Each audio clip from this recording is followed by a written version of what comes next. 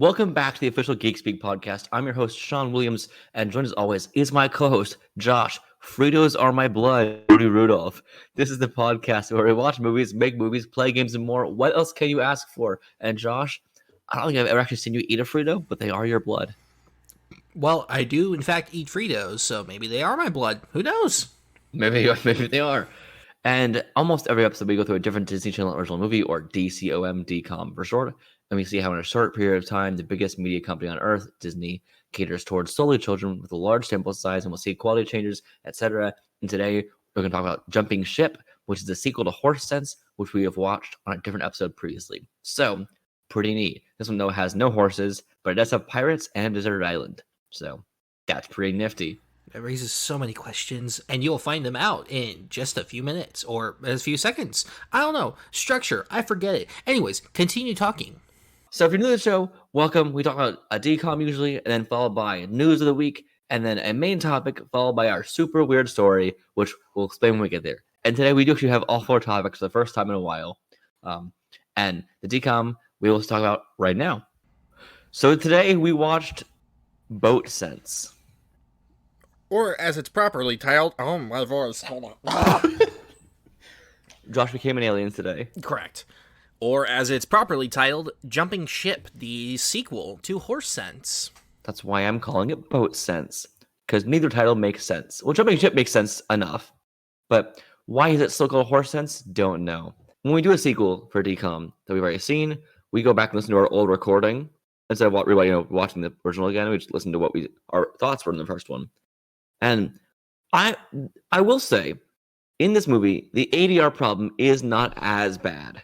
I think they kind of realized that, there's going to be a lot of, open water and waves and stuff like that, so we actually, and we're going to be outside, fully the whole time, so we got to make sure it's good. There's still problems with it sometimes. It wasn't, a major thing I noticed. There were the obvious scenes, but, I would say for, 95% of it, it never, triggered me in any kind of way. It's just it's there.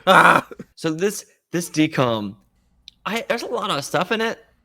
Let's start with the fact that it fails as a sequel. As in no lessons from the first movie, move on to this one. You can literally miss the first one and just start this as its own thing and you will get the gist. Nothing from the first film is really brought in at all in this one. There's a few dialogue references to the first thing. That's pretty much it for the most part. And I guess you understand the character dynamics more. That's it. I would say the character dynamics kind of reset in this one, though, between the two cousins. They're back to kind of how they were in the first one. They're not but they seem like at least they like each other more at the jump, at least, I would say. Yeah, that's true. Michael likes Cowboy more. I think you mean Douchebag likes Cowboy more. Remember, we titled him Douchebag the last time. I don't remember the kid's name ever in this movie. I think it's Tommy. It is Tommy, yeah. So there's Tommy, there's Captain, who's Jake. Which is another brother of these two brothers, playing, not their family member in this, so that's weird. Oh, he's another sibling? Yes, I looked it up, and it's just there's three of them? I think, get the best performance of the three. Yeah, it's funny, though, because this takes place in Australia, and he's American, running a boat in Australia, which is just, I don't know, I find that funny. I think it's funny how now knowing that all three siblings, the actors, all of them talking about their bad parents is very funny. They're separate bad parents. It's just was this all some form of therapy for the three of you? Well, Josh, what is the plot of Jumping Ship, the sequel to the movie with the horse ranch? Oh, boy. So you got Douchebag, and he's doing as douchebags do, just lounging by the pool, spending parents, wealth and money. And Dad's like, you gotta get a job. He's just like, but I don't wanna. And he's gonna go. No, he wants to be an executive to start. Oh, right. Even though he hasn't gone to law school yet, or done any work ever. Correct. But he can't focus on work because he's gotta go with his cousin on a big boating trip in Australia. And the cousin is on a cowboy on a ranch, and he's got his dad's dead, big issue, and mom is flirting with a neighbor, and he's just like, oh no, new dad alert, can't have that, and so he's mad. It's a very common plot point, I feel like, in a lot of kids' movies. Oh yeah, for sure. But he's just like, I can't worry about that because I got a boating trip to go to. So they fly to Australia, but Douchebag gets pickpocketed by a pretty girl, and he doesn't realize it, and this is going to cause problems later because is when they go there, they think they're gonna get a big yacht. No, no, no, no, no, no, no, no, no. They get Tiffany. And who is Tiffany, you might ask? She's a boat. A woman. She's a woman boat. Woman boat. It's a pillow. It's a bed. It's a woman boat. But this is not... Tiffany is not the nicest of boats. She has seen better days. And by seen better days, I mean she is literally falling apart. And she is run by a 20-year-old. You know. With no one else. Correct. And this 20-year-old is just like, oh, all right, I get you two idiots. All right, I guess. And as they're sailing out on the water, pirates. And by pirates, I mean Australian pirates. It's very funny. It's... The accents do not... I mean, it's the least intimidating I've ever seen pirates be in any media. I love it. And, like, it's, you know, the modern day pirates, they're just, like, you know, look normal and everything, but it's... The Australian accents do not help things. And I love Australians. For any Australian listeners, you all are amazing. That's great. I listen... One of my favorite podcasts is an Australian podcast. It's great. But in this context, it's very funny. It is. And as they're getting hunted by the pirates, they have to escape their ship and they get marooned on an island for a while. And it becomes, you know, fighting for survival. Who will live? Who will die? Survivor. I wish this was Survivor, because, man, this was boring. And Survivor's at least interesting. Correct. But, which I have now wrote my friend Josh into watching Survivor with me, so I'm very glad I've done this. But I will say, they would not do well on Survivor. No. If Captain hadn't showed up, they would have died within the first 3 days. It is interesting knowing how long they spent on this island, though. Like, we've seen the days tracker. They were there for almost, like, 2 weeks. Right. Which, I've also wanted to point out something you said earlier, Josh. They were not planning a boating trip necessarily. They flew to Australia to take a short yacht trip over to a resort. That's all it's going to be. They were going to spend their time on a resort. Oh, yeah, that's right. That was the thing. It was like a thank you kind of thing for this like whole ranch experience. It's like, I want to do something fun with you because I didn't do the Disney trip that we were supposed to do before last time. And my favorite thing with this, though, is that his dad gets really mad at him because the douchebag was going to bring over his girlfriend who was in Hawaii. And he's just like, you know, Hawaii and Australia, they're pretty close to each other. So she's just going to, boat on over to us. And his dad's just like, you fucking moron. Australia and Hawaii aren't exactly close together. Separate continents. There's the same body of water. They're a little bit apart. And by a little, I mean a lot. That's like saying, you know, Greece is close to Africa. It's like, no, not really. Just like, correct. They're in the world. They're a little bit apart, though. Let's talk about some of the stuff in the movie. We got Jerk Boy, douchebag, as you call him, Michael. Cousin Tommy, played by brother. Not brother Tommy, I was going to say. His little brother. And their dynamic to me is bizarre because in the last movie, the whole message of the douchebag of Michael was, you know what? I can now respect hard work. I can pull on my own. I will put the effort in, and I will like not treat my life as this like upper class thing, and actually realize that the value of hard work and all of that. And then he was like, all he does is forget every single bit of that. He's literally forgotten all the lessons that he learned in the last movie. It's baffling to me how little was retained, actually. And can I talk about the pirate for a second near the end? There's the very end of the movie, the pirate's gun doesn't work, and he has like the Vader no moment where he's like just exclaim, this boy is swimming out in the distance. This pirate's trying to shoot him. For what purpose? Actually, at this point, unknown, really. Why do you still care to shoot this man who's swimming away? What you gain from it? The whole plan of the pirates makes no fucking sense. Because they have his wallet, and they find out that his credit cards are unlimited. There's no cap on them. They can literally take the credit cards, buy whatever they want. And, like, of course, eventually, like, it'll get found out. But, like, you know, you have time to spend whatever you want with those cards. And then there's also the cash in there, too. Like, but their plan instead is to kidnap the two of them and hold them for ransom. And it's just like, I feel like that you have a much easier thing to do with the credit cards, because they don't just give up after like they find the boat capsized. They spend like 2 weeks searching for these two. It's just like, I feel like your time could be better spent. It'd be more efficient, guys. You did forget one detail that he canceled the credit cards. He did? Yes. I do not remember that. When he still had his phone, he called his dad telling him to cancel credit cards and instead just wire the money over to the resort instead.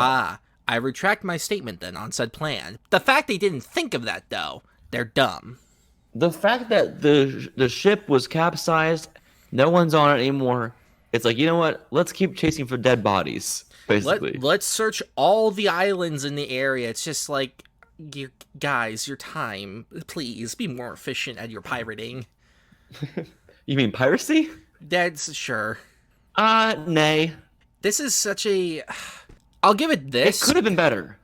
It could have been better. It could have been worse. Like, yeah. It is such a far leap away from what the last movie was that I was definitely entertained. Not necessarily for the right reasons, though. I think we had a similar reaction to the last movie, which is kind of, it's here, nay, but just not too far good, not too far bad, just it's middle of the road, nay. Like, it wants to be this, like, survival kind of movie, but there's never any tension.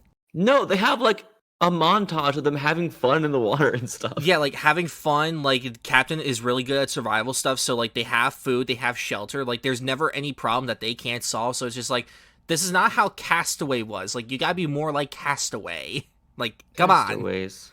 We are castaways. Wrong one. This movie, I sent you a text about this, but it's just a worse version of Triangle of Sadness. And the fact is that you're not wrong. It's like a lot of the same beats, but without any of the actual, like, criticism or satire or meaning behind any of it. They don't. Like, if this movie would have been way better if the focus shifted from the two boys to Jake halfway through. Like, really enforce the captain part of it, really enforce that he's in charge, because it also could have been a bit more of a commentary on the fact that the rich guy comes in about working class guy and how he treats them, and realize that that's the wrong way to treat people, and focus all of that onto Jake, the captain, would have been great. That if they really leaned into that, this would have been a huge yay for me. But nope. As a drama, it doesn't really work. As a comedy, it doesn't really work. As a survival, I got one chuckle at one line. I don't know where it was. Yeah, probably the same.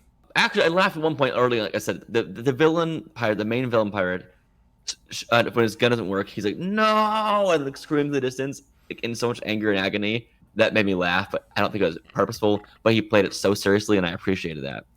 I like the all of a sudden thing that, hey, this place is haunted. This cave, don't go in. It's a deep cave. Okay, where's this from? No, nothing before setting that up. I'm fine with that. Whatever. These pirates are not great at their jobs. They're quite bad at their jobs. It surprised me that they've succeeded as far as they have. Can we discuss how weird it was when they have Tommy as their slave on the boat? That was really weird. And they pull him in, and they get two people pull him in, like, face to, like, nose to nose, whisper very intimately to this young child. And I didn't appreciate it. It's so weird. It's just like, we kidnapped this child. All right, let's not hold it for ransom. Let's just have him do, like, our chores for us. It's like he's not gonna be caged or anything, no handcuffs, nothing. He could just hop off the boat, in theory. Like, they're really bad at what they do. But like the sensual whispering, I was not a fan. I was like, did you swab that deck? It's like, what are you doing? What are you doing? Please stop. It's like, I want all this to be over. This movie was interesting, I guess, at some times. I really wish that if they had carried over actual lessons and characterization from the last movie and changes, this could have been a lot stronger. Yeah. It's funny that they were, marooned on an island for, like, almost 2 weeks. You couldn't tell at all from, like, their clothes, how they look, like, the way they're kept. It's just, like, they could have just, like, washed up there, like, yesterday. And, like, their hair is perfectly kept. Like, none of them have, like, any facial hair or anything growing in. It's just, like, it's the little details that, like, could have added, like, just a tiny bit to it. But well, one of them's a child. The child wouldn't have a beard. I'm not saying full mountain man beard. I'm just saying, like, a little bit of stubble. A little bit of stubble? Do you give yay or nay, Josh, to this DCOM? I'm going to give it a nay, but I think if I had to choose between this one or the first one, I'd probably go with this one. How would you remember the first one? Sort of. It was just such an uneventful movie, and, like, as a drama, it just didn't really work for me. There was one moment where it was like, my little brother Tommy is captured by pirates. We have to go rescue him. Okay. I'm sorry about how I acted earlier to you, Jake. I was not a great person. Okay, let's have a 5-minute emotional talk on the way to rescue him. It's As just we like he stop could here. be dying right now. It was a weird. You remember that, right? They had a Oh weird emotional yes. moment on the way. This big journey what to do. That's time sensitive for my cousin who is really important to me. Whatever. Let's just talk for a minute and almost cry it out. Like, what is going on? Also, the main guy Jake just has gold coins because apparently he's had run-ins with pirates in the past. Yep. Sure, why not? Why the hell not? Also, why do the pirates? Why is his run-in with pirates in the past involving gold coins? This is not like that's not the kind of pirates. It's there. Next up, we have was it Puff Point? The poof point. The Poof Point, which has the guy from Hounded in it. Now, I should mention to you all there are two DCOMs we skipped right now in a row. One of them was the Jet Jackson movie because we have not decided yet if we're going to be watching DCOMs based off of TV shows yet, without the context of the TV shows. And there's another one we skipped because both of them were not available on Disney Plus. Also, they were available on Amazon. I don't want to pay money to watch one of these yet. At some point, I will. We will go back and watch them both. Potentially, we don't know about Jet Jackson yet because of the whole TV thing. But if you want us to, please go in our Discord. I will pose the question in there, and you all can vote on that, as well as on Twitter. And you can email us in at podgeekspeak@gmail.com to go ahead and send in what you think, because we'd love your feedback. I'm so curious as to what these next few DCOMs will be. What's the one after the Poof Point? Isn't there like something that we know about? I think it's called 'Twas the Night. It's a Christmas movie and it has Bryan Cranston in it. That seems like a vibe. Yep. Yep, I'm excited for that already. Bryan Cranston will probably at least bring chaotic energy to whatever we're watching, Oh, of course. and I appreciate that. Josh, moving on to our news today. I guess. So, jumping ship. What a movie, man! What a movie! And Certainly something. I totally remember it's everything. certainly something. Yep, and we have news though. Do you know that movies came out this week? Crazy. Did you watch Kingdom of the Planet of the Apes? Because it just came out. I did. I very much enjoyed it. I think it's probably the weakest of the series, but not in a bad way. I just think, because the first three films are, very, very good. And this one is very good, but it has more obvious flaws to me, but it's still really good. Where would you rank this tetralogy in order? In order, I would go War, Dawn, Rise, Kingdom. Interesting. You think War is the best? To me, it is. I don't know. I don't know. I need to watch the 3 again. I really liked Rise when I first saw it. Rise is good. Yeah. I don't have seen Rise because I think it is the strongest we see human and chimp interaction in terms of because at least there's still positivity there. That goes away pretty fast. Yeah. But the introduction of Bad Ape in the third is so good. Yeah. Steve Zahn is amazing, and the motion capture is great. I had not seen Kingdom of the Planet of the Apes yet, or Kaftplate. Trying to do the acronym. But No. I'm excited to see it. I'm hopefully seeing it this week. I did, however, just see the movie we're talking about today, which is Abigail, and we'll get to that very shortly. But we got some more news to get through first. And starting with that, let's talk about some sad news first. Get that out of the way because it's not happy. Recently, we lost Chance Perdomo, who was playing a character in the show Gen V, a recent show. And I talked about the podcast because, it happened very, very early this May. And honestly, I haven't seen Gen V, and I have no context for any of this. And we learned this happened about the day that we recorded, or right around that time, last episode. And this is really tragic news. And he was very young, and I have nothing positive to say about this.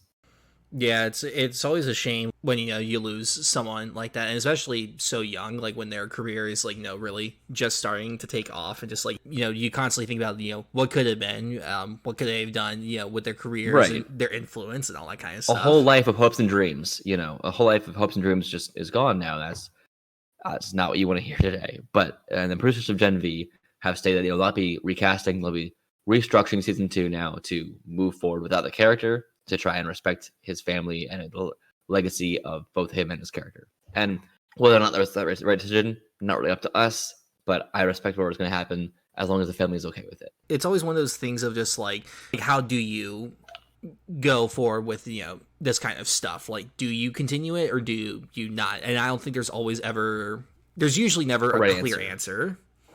Right. It can go either way, and I default to what the family usually would want to happen is what I would usually say to do, usually. But we have other news that's less sad and just more weird. Let's move on about Fast and the Furious. Wonderful. So Vin Diesel is a man, a myth, and a legend. He says the final Fantastic Four. Nope. the final Fast and Furious film, Fast 11, will release in 2026 and have big finale vibes. That person isn't part of the quote, but that's the gist of what he was saying. So, thoughts on it being a clear finale, and also that it will be in 2026. I'm fine with it being a clear finale. I'm fine with the release date. I'm more mad that he lied about it being a 3-parter. Because he said it was supposed to be a 3-parter, and now it's not. Well, I don't know what he's always told. I don't know how this franchise works, man. I've seen 7 of them, and I'm rewatching them, and they're weird. I think you mean they're perfect. I like some of them. It's the wrong answer. It is the correct answer for me today. Let's move on. Yay or nay on being a finale, and also it comes out in 2026, because that feels like a reasonable amount of time. I'll give it a yay, sure. I haven't watched I don't know how the franchise is going. I didn't see Fast X, the Fast Saga, whatever. No, it's F9, the Fast Saga. I'm sorry, F9, the Fast Saga, and just Fast X. Sorry, my bad. The worst naming conventions of any franchise in the world. This irritates me to my core, and I'm sorry. Mark and the Funky Bunch. So you know about Mark Strong and who he is. He's an actor. The great bald man. Yep. He's awesome and everything. I've never had a bad performance from him. I've never seen one from him. My knowledge. He's great, and he'll be starring alongside Colin Farrell in the Penguin Show. So that's intriguing. I would love him to play Black Mask. That could be cool. People are saying the Riddler. Sorry, this happened. Mad Hatter potentially. I don't think. Nah, I don't know if Mad Hatter. Just put him in fun hats. Just put him in fun hats. I think if anything, I think Black Mask would probably be the one. Yeah, I am overall excited to see what's going to happen with this. I'm intrigued for what is going to happen. If he's just random mob guy, sure, he'll still probably do a good job.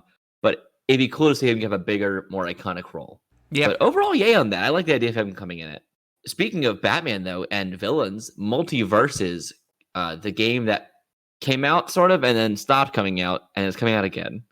It was in a beta, then it disappeared. Yes. Well, that makes sense. They had really good testing, and they decided, but usually often with beta tests that's public, they then decide to release it as it goes after that fact. But they pulled it back to work on stuff and took feedback, which I think is smart. And I don't know if you were aware of this, but in the original version of the game, Kevin Conroy voiced Batman, and now they're introducing Joker as a character, and Mark Hamill is voicing the Joker. I have mixed feelings on Mark Hamill as a person currently, right now, in today's day. But him having a performance as Joker alongside what is now, I think, Kevin Conroy's last performance as Batman. We keep seeing his final performance as Batman coming up, so I don't know which one actually is. But it's cool hearing them together one last time. I feel like every time, like, they say, oh, we have Kevin Conroy and Mark Hamill back in their roles, it's just like, this is like the 20th time you've said this is their last time. It's confusing because after his death, there were still things in the works. And it's hard to know what was the actual last time in the works there. Well, because, like, when, after his death, they were like, oh, the Suicide Squad game will be his last one. Then it was, oh, the Crisis on Infinite Earths anime movie will be his last one. Now it's this. It's just like, how many other things did he do? He was a busy Batman. I feel like at least his agent would have known. Because the agent is the one that got him the gigs. Oh, it'll be interesting hearing those two voices interact again. That's all I'll say on that. Yeah. Yay on that part. Also, I like the Joker design. I think he's designed well for this game. Cool. But add in the Sopranos. All of them. Give me Tony Soprano beating on Bugs Bunny. And I will not rephrase that. You don't have to. We all get it. It's the vision. It's the vision. Do you enjoy more DC news? It's been getting better because there's less chaos. We have Supergirl news today. It has been, it's called Supergirl Woman of Tomorrow, if that was already the title. But It will release June 26th, 2026 in theaters, starring Millie Alcock as Supergirl. We have an official release date now. It is going to be coming out the same year as the Fast and the Furious finale, and this is a June movie. Fast and Franchise usually comes out in the summer. We could have competing movies with Fast and the Furious and Supergirl. Hell yes. I love that idea, genuinely unironically. Also, we do officially have the director for that movie as well. We talked about it briefly about him potentially being the director last time, but it was confirmed. So, cool. And speaking of supers, we have the cousin of Supergirl, Superman, played by David Corenswet. We got the first look at the suit in a very, I will say, uneventful way. That's not a diss. That's not I mean, the actual, like, it's like the Man of Steel first look was, him at a bank vault, and holding it back, whatever. It was meant to look epic. This, to me, tone-wise, is a smart move. I really, really dig it. I think the photo itself looks good, but I love the way the suit looks and feels. Like, people are really complaining about, oh, it's not skin tight bonded, you can't fully see his flexing muscles. Bonded? Yeah, like how it was with Cavill's, it looks like it was a literal part of him, which is fine for that. But I don't know, I really like how this feels like it's an actual tangible suit. You could see the creases and stuff, and people are like, oh, it's not perfect. It's yeah, that's how a lot of clothing is. I don't know, I think to me it looks cool. I am mixed on the suit right now currently. I want to see him stand, fight, or fly, or anything right now, just to have a better look at the costume as a whole, because it is hard to judge with the cut picture. If you've not seen it, look up David Corenswet Superman, you'll find it right away. It's him sitting in a chair, putting his boots on, while it looks like an alien invasion is happening behind him or something. He's fine. He's got time. People are complaining, Superman, why not outside fighting the thing? Clearly he's about to. And also, why are people complaining? It's a photo that clearly is probably not going to have a lot to do with the plot, at least in the context of it. We don't know. We don't know yet, really. I doubt we're going to get a scene of him putting his boots on while people are dying outside. We don't know about dying, but also it might be. What I love that happened in this picture is I like the idea of him. Okay, I just got home. Trying to get undressed and put normal clothes on and go to bed or something. Stuff happens. Ugh, boots back on. Let's go again. The idea of that. Fine, I'll go. Him just a working class superhero is a fun concept to me. Costume as a whole, you can tell it is dirty. First off, it's clearly it looks too dark. Clearly, it's dirt and damage. You can see the knee is a bright blue still. It's got it looks like maybe singes or stained by something. Maybe he got slimed or something. We don't know the context of what's been happening to him in this movie at this point in time. It is very clearly New 52 inspired. I don't love the collar on the costume. I think the neckline is to be different, and I hate complaining about the costume or nitpicking it. But I genuinely just love costume design. Always have. The symbol looks good here. Yeah. Looks really good. I love seeing the curl in the hair. That actually made me really happy seeing that. He has what looks like an actual yellow utility belt. Don't mock me. I'm trying. And red trunks, which is the best part of the whole costume to me. Genuinely, unironically, I love that. People are like, ugh, Underwear on the outside in 2024? How stupid. Did you read a Superman comic ever? I think it's the most timeless part. The only character that it still works for today, I don't think the trunks on the outside work for Batman still, but it does for Superman, because he feels eternally classic and could feel like that old style will always work in a way for him because he's such a earnest character. And it feels earnest, putting your heart in your sleeve. This is just who I am. That's kind of fun.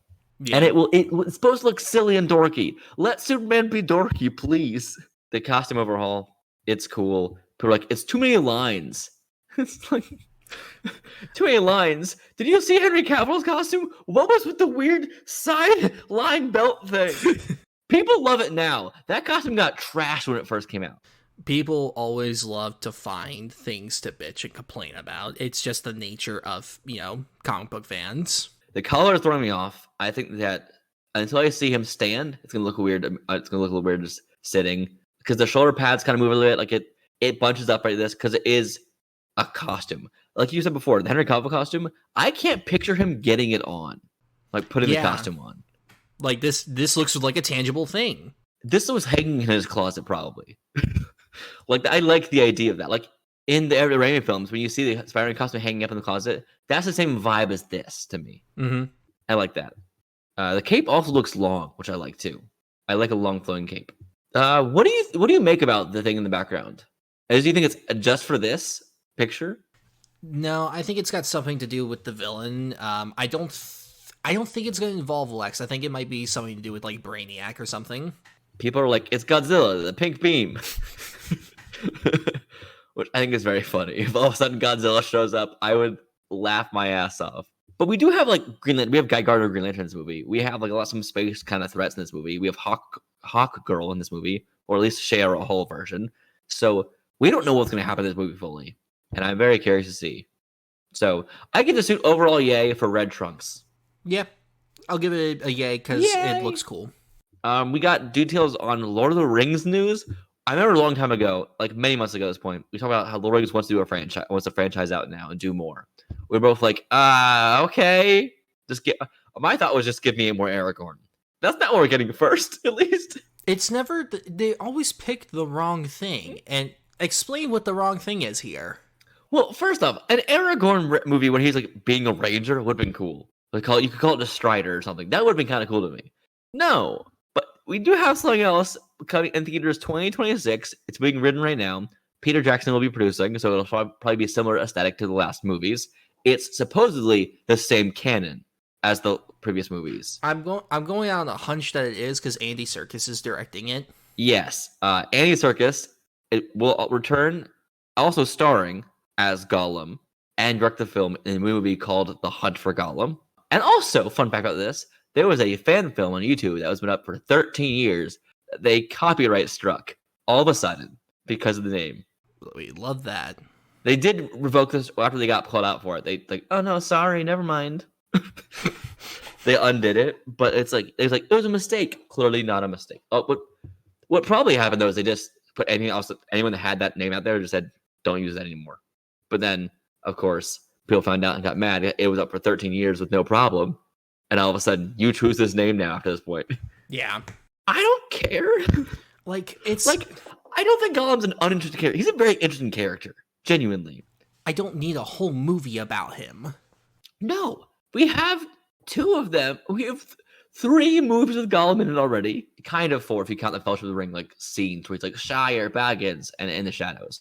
But, like, he's in Two Towers, the whole thing. He's in Return of the King, the whole thing. Pretty much, and he's in The Hobbit, one of them, where the whole thing about the ring, back and forth. Yeah, like it's fine. That's like the story we would need to see. Also, we had the flashback of how he becomes how he is. So, what are you gonna show? It's the hunt for Gollum. Who's hunting Gollum? I'm assuming that this is the what's his face, eye guy, Sauron. Yeah, I'm assuming that this is. Look, man, I can't remember names, but I'm assuming that this is him, like, hunting him down because he was the last one to have the ring, and so that's just what it is. So he was in a cave for like 100 years. Yeah, look, man, I don't know. Like, how do you do this without breaking canon too? I'm not against this movie. I am maybe a little against Andy Serkis directing this movie. I know he knows the character probably better than anyone at this point alive. That part I probably do think is a good choice for that. But you could have him produce. You could have him be a consultant. Direct. I didn't love Venom 2. I don't know if I had one of my mutuals on TikTok be like, this is the worst movie ever. Why the hell is he directing this? I'm like, that's a little harsh, but like, I don't think I want to see him, Andy Serkis, direct something else I'm more confident in first. I'll say that much. From what I've seen of him as a director, I've seen Venom 2, the Jungle Book movie that he made for Netflix. I've seen parts of... Yes, I liked it. I saw parts of his first movie that he directed, Breathe, the one with Andrew Garfield. From what I saw, that it was good. Like, I think that he is a good director, and he definitely is someone that knows how to work very well. Oh, he made Mowgli. Yeah, that's the one. And like he knows how to work very well with visual effects because he's been a part of that for years. So like pioneering a lot of it. Yeah, so he knows like how that stuff works. So I can't imagine that it's not going to like at least look really good. I think it's more just going to come down to a script. The writing, yeah. That's what it's really going to be coming down to. Yay or nay, and for what reason? Nay, because the Gollum game came out and clearly they didn't learn their lesson from that. That's actually pretty funny. Why is Gollum getting 2 major projects recently? I don't know. I want to play as Aragorn. I want to play as Legolas, Gimli. No, you get Gollum. You get You take what you get. You'll take it and you'll like it. Imagine like a Gandalf game where he's like traversing through Middle Earth, trying to just uncover the secrets of the ring. Like this taking place during Fellowship of the Ring. How like you could tell the months of that story taking place. That'd be kind of cool. No, you get Gollum. Yeah, I give a nay because my precious being silly man. That's not the voice at all. I'm just being silly. I don't have a thing. Precious. You sound like you were dying there. I think you had a hairball. I don't know this voice. I'm doing. I'm not trying to do a voice. I'm trying to phone right now. I can do the Gollum voice pretty well. I don't want to do it right now. It's even funnier just like thinking that's what you think he sounds like. I got him. Hi, I'm Paul. Oh god, no, seriously though, nay, because Gollum is not the titular character that this is not the guy you should be doing. He has bad hair. He shouldn't lead a movie. It's a similar vibe to when they tried to make Fantastic Beasts like the new like Harry Potter series, and like Newt Scamander was going to be the one to lead the first Great Wizarding War. It's like both those things should not be that. So, and like this feels very similar to those vibes. I have news about Dwayne "The Rock" Johnson MCU rumors. This is a rumor, okay? You've not heard this yet. Take it with a grain of salt because it's what everyone's talking about, but it might not, of course, it might not happen. The rumor is that Dwayne Johnson is currently in talks to be in the next X-Men movie. As who? As Apocalypse. I'm fine with them bringing Apocalypse the character back and doing a better job. That's fine to me. You go from Oscar Isaac to Dwayne "The Rock" Johnson. I'm sorry, but no. We'll see how his A24 movie is. Also, if you haven't heard the recent news about him pissing in bottles and showing up 8 hours late to set, which is a whole fucking work day. Yeah, that's insane to me. Like, look up the news about his Christmas movie Red One, the one with Chris Evans, and then there's more stuff with like Ryan Reynolds on Red Notice. It's been apparently also longer than that. People have been now coming out saying it's been a problem for a long time. All of those are also really unsubstantiated rumors. Dwayne is just in the rumor mill right now for different reasons. Also, apparently people call him DJ. Like people who know him call him DJ, and I can't picture that. But also, I can't picture anyone calling him either. It's like, no, I think everyone calls you The Rock, sir. Mr. The Rock. Mr. The. I don't know, man. About him playing Apocalypse, I want to see his A24 movie first before I judge that, because maybe he can do something incredible acting-wise. I don't know. I know for a fact the man is a good actor. No one believes me, but I know for a fact he is. He acted in your own puppet show. You've seen it. He's so good. The issue is himself and the roles that he chooses. He chooses to play the same character every time. I don't want another Black Adam scenario. Yeah, I don't want that, but like, it's frustrating. Also, if he contractually cannot lose and you have him play Apocalypse, that's gonna be a problem. No, he'll make Apocalypse a good guy. Well, actually, if you have him not lose in that movie, it'd be actually interesting. If the X-Men's first outing was him getting fucked up by Apocalypse, that'd be fun.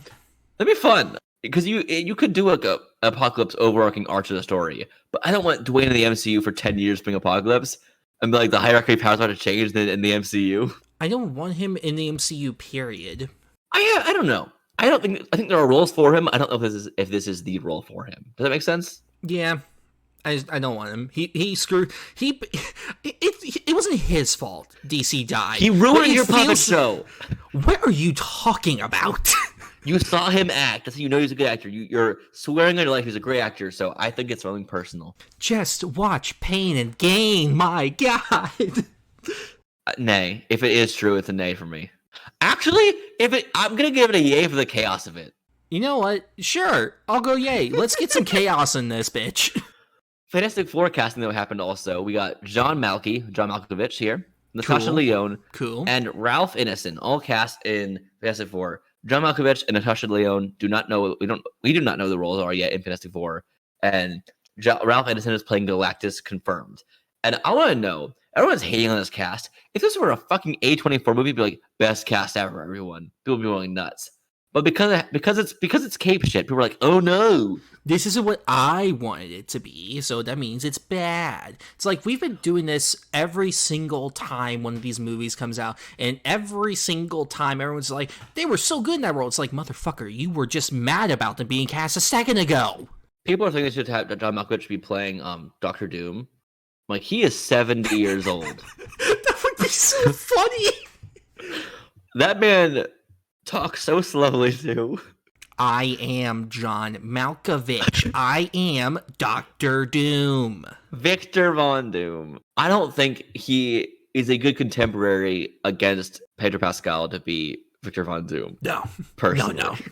John Malkovich is a good actor. No one can deny that, but he's also he's a very specific actor, though. You know what I last saw him in? You won't believe it. Was it Space Force? Bird Box. I forgot he was in that. I forgot many people that were in that. Bird Box is fine. It's the most fine kind of movie. But anyway, I don't know. Have him voice Herbie the Robot. That would be funny. Actually, I think it will be Natasha Lyonne voicing Herbie at this point, probably. I could see it being either of them. Just mix the voices together. You have Natasha's voice sounding like she just smoked 15 packs of cigarettes mixed with John Malkovich's just very slow enunciations. Okay, I think it'd be funny if you somehow gave like the negative zone, like the dimension that Reed creates to like house stuff, have the somehow a weird echoey voice be John Malkovich in distance all the time. But yeah, this casting's overall I'm really happy with. Ralph Ineson, I have seen in so little things. Technically, I've seen him in Guardians of the Galaxy. He is a Ravager pilot in the background. You saw him in Ready Player One. As whomst? He was his aunt's dickhole boyfriend. Oh, okay. I was like in a chapter of the book before he blows the fuck up. Yes. Cool. I guess spoilers for me. It came out like 10 years ago. I've seen parts of The Witch. He's really good. Oh, he's in the creator. Oh yeah, that's right. He was. I forgot. But I recently, aside from the creator, he's in the game Final Fantasy 16 as a pretty big character. He's got such a cool voice. So I think that him as Galactus is a really good choice. He's also not in the creator a lot, though. Well, yeah. He's off. I think having someone who's not had a gigantic breakout, like who not everyone knows as a household name, is a smart choice for a major villain. But his voice is so cool. Is good. He's also in Deathly Hallows, part one of them. I want to see him be a giant purple man with a weird head who eats planets. That's the fun part of this. He's 6'3". He's already pretty tall. Just make him, planet-sized. Also, he's British, so a British Galactus is fun. Just do not make him like a weird human form, please. No, make him the space cloud from Rise of the Silver Surfer. I will slap the hell out of you for saying that. I will fly back to Virginia and slap your fucking face. I think that's the only form that Galactus should take. I don't like you anymore. Oh my god! I took a drink. But okay, if Galactus isn't big and purple, what's the point? Yeah. What are we doing here? Marvel TV news, and then that's pretty much the end of our news today. And that is that we got. Apparently, Marvel is rebranding the TV stuff from Marvel Studios to Marvel Television, which is a good way to separate it for people who just want to follow things separately. Ironheart is still happening, apparently. That's cool. We got some confirmation on it because I thought they filmed that a long time ago. They did photo shoots of everyone, and they had like Daryl Born Again has a new logo. It's all drippy and it kind of looks like a skyline in it, which kind of matches the vibes of the first original show's intro with all the weird bloody drips. I'm just happy that it actually has a cool logo instead of the normal stale modern logos that they all get. It also is gonna be 9 episodes now instead of like 13 or whatever we first thought, or 18 or whatever it was. I want to hit someone.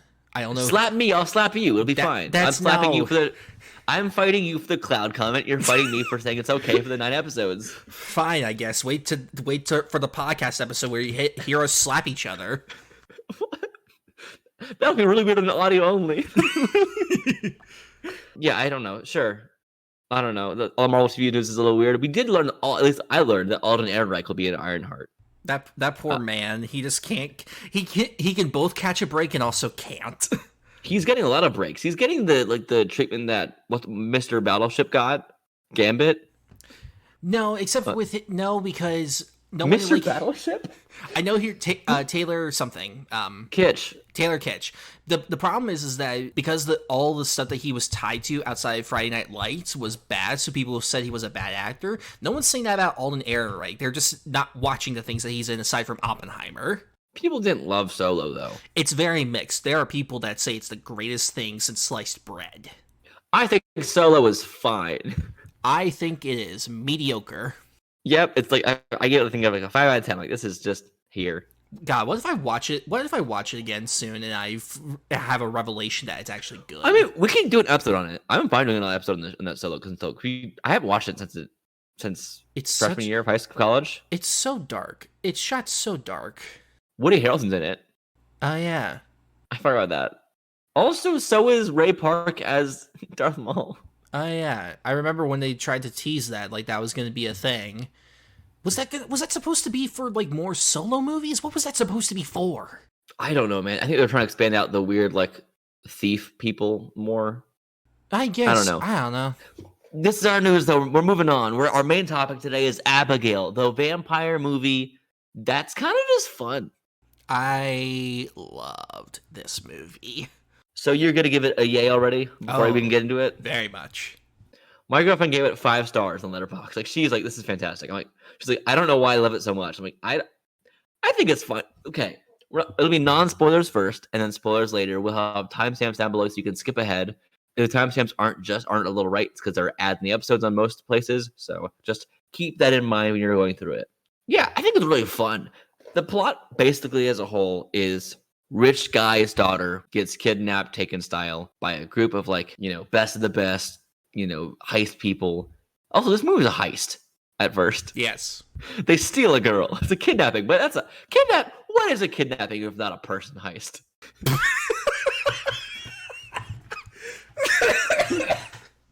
I've never heard it explained like that before. Am I wrong? Are you? She came down in a bubble, Doug.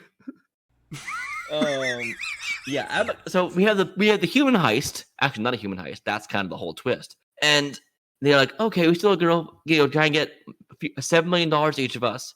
We get big money. Hold her for ransom. We'll be here for 24 hours. And rich guys in this rich mansion just hold up here. All we can do is babysit for 24 hours. The hard part's over. No problem. Okay. Turns out she's a blood-hungry vampire. Ooh, and we're actually the ones locked inside. That's not a spoiler. That's how all the trailers market the movie. However, I think that's how the trailers should not have marketed this movie. Because imagine you go into this as a heist movie, and then because the vampire twist is like 20 minutes or 30 minutes in the movie. It takes so long.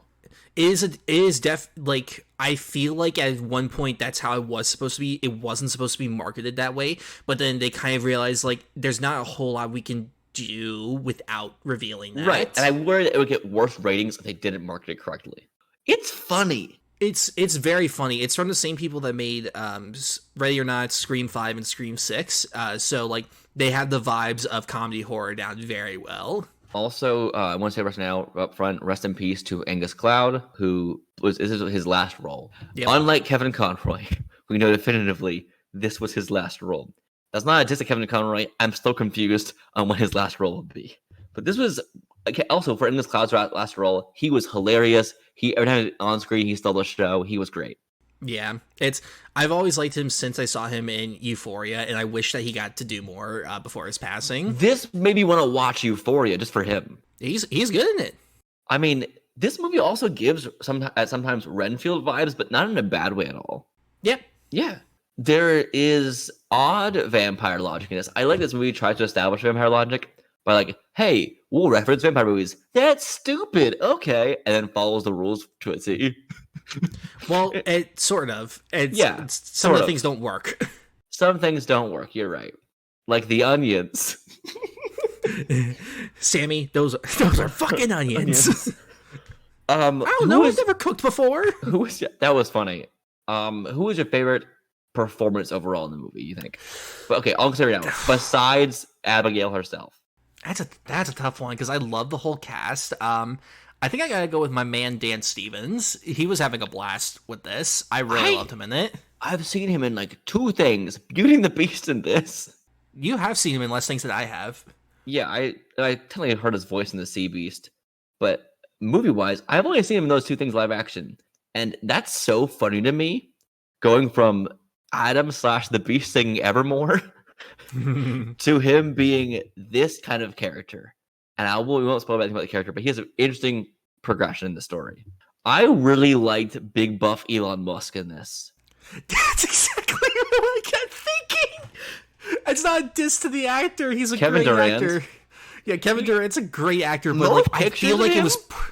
don't look like Elon Musk to me. But Yeah, in this movie, I feel like that was a purposeful choice. was it? I also don't usually like the trope of big muscle guy is dumb, but it kind of worked here. He plays it very well. He was adorable. He actually plays the villain in Kingdom of the Planet of the Apes. He was great in that.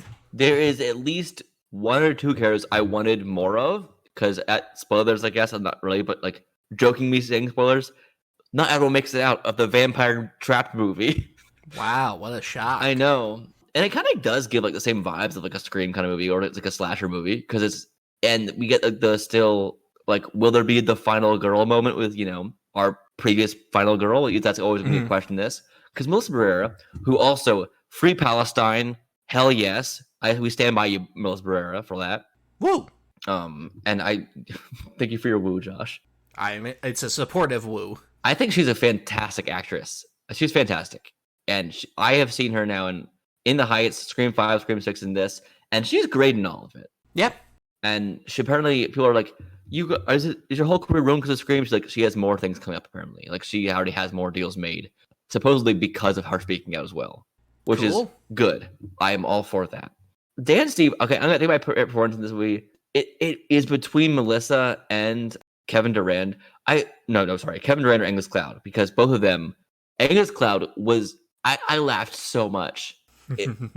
Him riding like the little tricycle around made me so happy. The little bike in around, that was great. The cast is very small. It's a small cast, but it's one that's very effective. It's like 9 actors, one of which you said you thought was David Bowie back from the dead. Am I wrong? You're very wrong. No, I mean, like, from the first time you see him, like, he looks just like him. From the hairstyle to like his face, his mannerisms, like it made me think. I had to like whiplash. I was like, "That's no mannerisms." Yes, mannerisms. You heard it. Mannerism. Giancarlo Esposito. If you go to this movie thinking you're gonna get a lot of him, he's barely in it. But when he is in it, it's fun. I would agree a bit. I don't think he does enough to be warrant even being called fun. Not a spoiler. He plays the generic, I am the boss tough guy, just gonna read off my corporate-like lines in a somewhat intimidating way. That's kind of the vibe he plays in a lot. He's like in The Boys, that's kind of the same gist of a person he is in this as well. Get to it. Be fast. Be smart. Like, it's okay. I want to see him do more. I want to see him play a heroic role. Please. That's what I keep saying. Or a comedic role. That's like not like intimidating comedic. No, just straight comedic. Why not? There's a great movie on HBO Max called Unpregnant. It has Haley Lou Richardson. Barbie something, I forgot her last name, and he's in it. He is very funny in it. Okay, I'll have to check that out. There's a lot of blood in this movie. I love it because their film Ready or Not is so bloody and over the top, and I could see the delight in them that they're like, yes, we get to explode people again. I guess that's not a spoiler, but yeah, people do explode a little bit. Is there a favorite non-spoilery set piece in this movie to you? Because the mansion that takes place in is pretty big. There's a lot of like moments in it that are really cool. There's a pool in this movie that I think the props department must have had so much fun with. I would have hated to have been Catherine Newton getting in that. In that scene? Yes. That would have been awful. That was a fun one. I don't know. It's hard to avoid spoilers on this part without saying, implying who lasts longer on things. But I will say, yeah, that was really fun. Everything kind of they're all together, just having fun as a cast, was fun to watch as well. Yeah. I loved Angus Cloud's character just hitting on Catherine Newton's character, even just in the van. So you got a boyfriend? The first thing he says in the movie is like just hitting on a girl, and he does not stop. And he's like, I thought we were gonna. Is it scaring the shit out of her? He's like, oh, so you don't want to have sex with me? He's like, no. What is the vibe you got from this interaction? Her screaming, "Get out!" at you is like, yeah, that's the vibe. It's so funny. We have to mention Alicia Ware, who is the main character Abigail in this, and her previous movie was Matilda.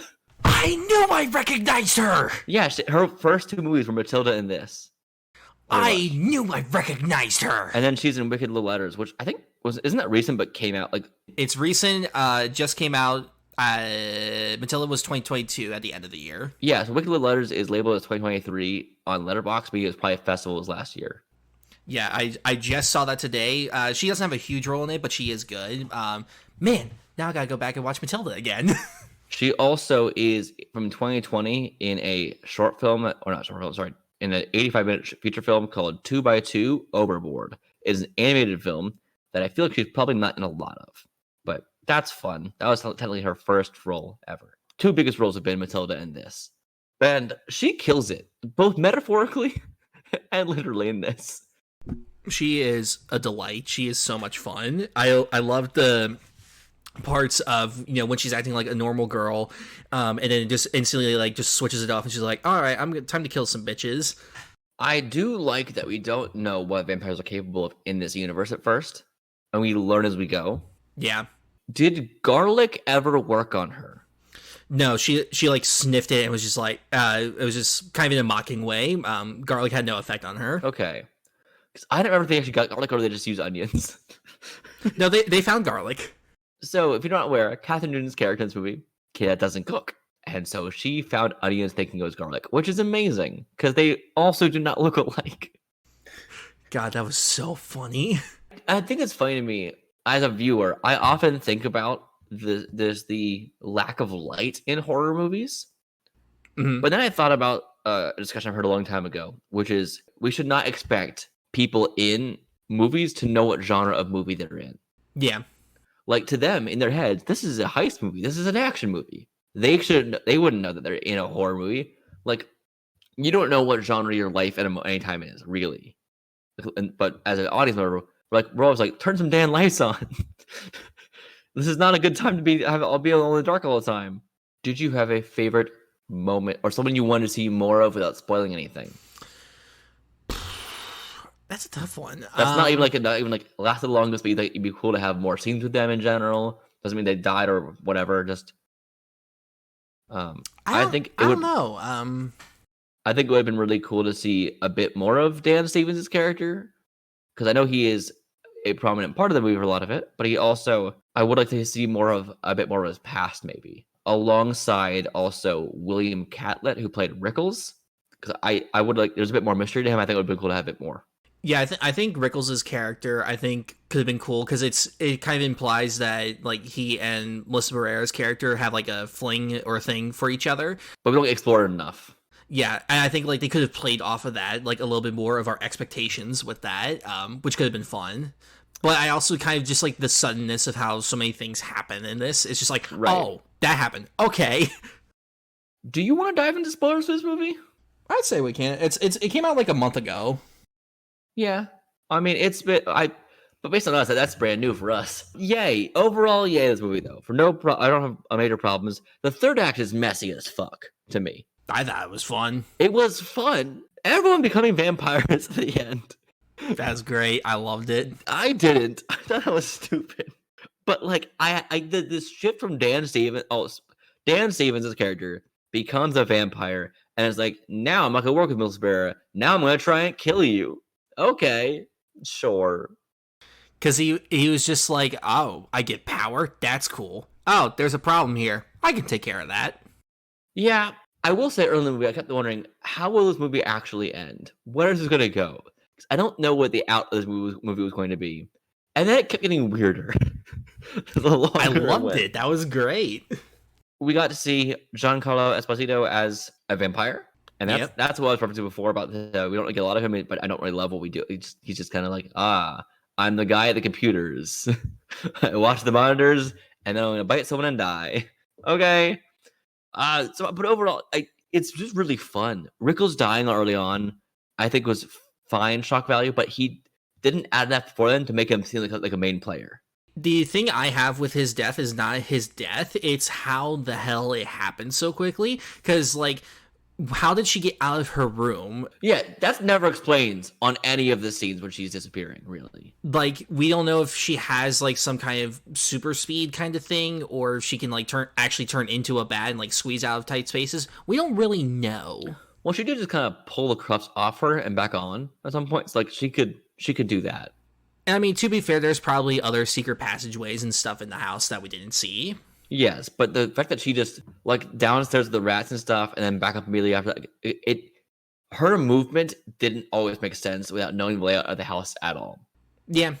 Also, as an audience member, often in a thing that's all one house, it's helpful to know where things are in relation to other places. But we have no knowledge of that. We can go one room to the next. I'm like, I don't know where you're going or how close you are to someone else. I have no idea. I know the girl was upstairs. That's really all I got. At one point, early in the movie, that pulled me out for a second is when they duffel bag of the girl in it and kind of threw it in the van. I'm like, that is not a person. That did not have the weight of a human being. It does not have the movement of a human being. I'm like, it wasn't that they tossed her. It was the way it was. If you watch it again, you'll see that the way that it kind of threw the girl in the van is like, this doesn't feel like a person. This feels like you threw some books in here. But sure, why not? What the people's faces? Melissa Barrera, her final shot in the whole movie, maybe want to write a horror movie. I want to have a shot like that in a car, just covered in blood, like just take a lot of top. That was amazing. Yeah. Do you like that she's a bad mom as a character choice? I think it makes it interesting of having like a protagonist that's not like a fully good person. Like, I always like seeing characters like that have some kind of a bad side to them, or something that they're trying to maybe fix or improve, or kind of realize like, oh, that's not good, I should like fix that. That's why I was so intrigued by Challengers, was because like all three of the main characters are terrible people. I don't agree with you on that. I think one of them is fine. The other two suck. Yeah, Mike's character was good. Never mind. But the other two are such terrible people. But that's what made it so intriguing for me to watch, was just to see how this would progress the story. So her character, like, not being a good mom and like trying to kind of fix herself, I liked it. It was compelling. Yeah, I get that. There's always the argument of, well, do these people deserve to die? I'm like, no. Like, just straight up no. What was Rickles? We never actually learned what his problem was. That's something also bothered me, because at one point the main vampire girl, Abigail, I said, what's her name? The movie title. She was like, "This is why I want to kill you. This is why I want to kill you." Did they ever explain why she wanted to kill Rickles besides military? I mean, it could have been something like special ops, like, you know, you did something for like my dad, and like, but for Angus Cloud's character, I think that was probably more so just like, they just need a driver. I could use some more food. Yeah, I thought that's funny to me. I wish but having those two never ever mentioned by Abigail was a little weird to me, because it would have been, it'd be like 2 more lines of dialogue. It's all in a 90-minute movie, whatever. It's not hard to add 2 more lines of dialogue. It was fun. The fighting was good. The gore was pretty cool. Seeing the sunlight just explode people was good. God, that was amazing. Like, when Catherine Newton's character gets turned to a vampire and she's about to kill them, and they shine sunlight on her and she just fucking explodes. That was amazing. I think there's a moment that really bothered me as a viewer. It wasn't because that early on I get people the benefit of the doubt of, you don't know what movie genre you're in. Whatever, fine. I do. I get that as a viewer. But there's a moment when you learn what genre of movie you're in that follow some rules. Elon Musk's character, sorry, Kevin Durand, right, is his name? Yeah. He, at one point, is like, Catherine Newton's character is a bit of my vampire, and they're wondering if she's going to turn to a vampire or not. And they're like, I see your reflection in this. You're good. And then he puts it back down as he goes with her. No, he gives it to her. She puts it down. Same difference. I think she's just thinking it's just like, oh yeah, so I can see myself. I'm not burning in the sun. All right, I'm good. I don't need this. At what point do you let someone who might turn a vampire ever why would you leave a mirror away from them? It's just I don't think that's bad as writing. I think it's just a flaw of her character. Like, clearly, like, she's not someone that thinks like as well as she should, and you know that leads to her making poor decisions. For me, it was a flaw of everyone else's character for not being like, hey, this is a rule we have for each other now. Because if I'm in a horror movie, if I figure that out, I'm going to start establishing rules immediately. And that was, well, I guess, because Kevin Durant's character isn't the smartest character, so I get why he wouldn't do it. But hey, everyone else maybe make some rules. Well, I think it also comes down to that, they tried certain tactics with her, like the garlic or the cross, and that did nothing with them. So she's probably thinking, like, oh, if those rules don't apply, then, like, like, maybe I am fine. Maybe, like, she didn't bite me enough or something. Whatever it is. I don't know. It was something that didn't bother me. That's fine. I see your argument. I stand by mine a little bit, too. It's whatever. What is the biggest flaw in this movie overall? I think it takes a little bit too much to get to the actual meat of the movie, of, the whole vampire part of it. Because, like, they're building it up as, like, what's going on here. But the problem is that we already know. So that makes it a problem. It's still good, like, what it's building up to, but it's just kind of like, all right, come on, let's get to it. We know what's coming. Yeah, I get that. My thing with it, though, is I did think the tension was really, really strong. The longer we go, I felt more tense for the characters, and I actually enjoyed that. I like having human moments with them too. But because we know, it's like the Transformers scene in Transformers 1, where it's like, what could it be? Or the whole movie of Transformers 1, where it's like, what is it? What's going on? What are they? When we as an audience already know. It's just, but that also lasts way too long with the whole CIA plot, whatever. And this is just like, y'all, the second you know something, act fucking faster. Yeah, it's like one of those things that people don't always think about with, like, plot twists and stuff like that, is that if it completely changes, like, the way the movie is or some big important thing of it, and that will completely reshape how you watch the movie the next time. And if you're watching it the next time and you're constantly going like, okay, when are we going to get to the thing, like, then it makes the movie not work the way that it's supposed to. Something like The Sixth Sense is a good example. Like, that whole... I'm not going to say what it is, but, like, people that know that, when you know the twist, that completely changes how you see the movie. People that know that you know? Yes, you know. Overall, I think the movie has some flaws for sure, but it was a blast to watch from end to end. Angus Cloud, how did he die again? Let's go over that for a second, because he's the first death. It was just sad because he also died in real life. I thought it was really sad that he was decapitated. Yeah. And also, like, torn a bit up. And again, don't know how Abigail got there, back and forth. My thought is that she becomes a rat, not a bat. Not even a joke. You know what? Honestly, that could be pretty funny, because I just think back to the joke of when they're looking through the house for her, and Dan Stevens comes across a rat, and he's just like, do we know if she can transform into a rat? Because I think I might be looking right at her. Right, but also there's a few times where we do see rats around deaths a few times. Fair. Also, on top of that, they get nicknamed the Rat Pack, like the rats, as well, beforehand. Maybe that was something that was, like, filmed or initially in the script and then it got cut. I mean, there's always that possibility. Right, because it's like... Because it also leaves it, or maybe the two can become any rodent, and then bats are included, or whatever. And there's a few more what can happen with these vampires would have been nice to have. The ending, this is a little stupid to me, where it's like, Dad, don't kill her. I love her. Yeah, because it was leaving on such a good note of, like, they kill Dan Stevens, they get covered in, like, all the blood, and she's just like, she's just like, all right, I'm gonna go.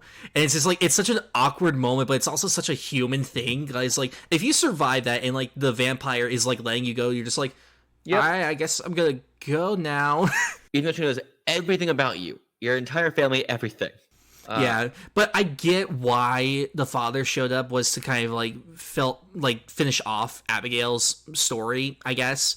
But it also just kind of comes out of nowhere. I think that it should have been, there's needed to be a different way to do that. I don't get behind the dad showing up at the end, Matthew Good's character, who you think is David Bowie, apparently.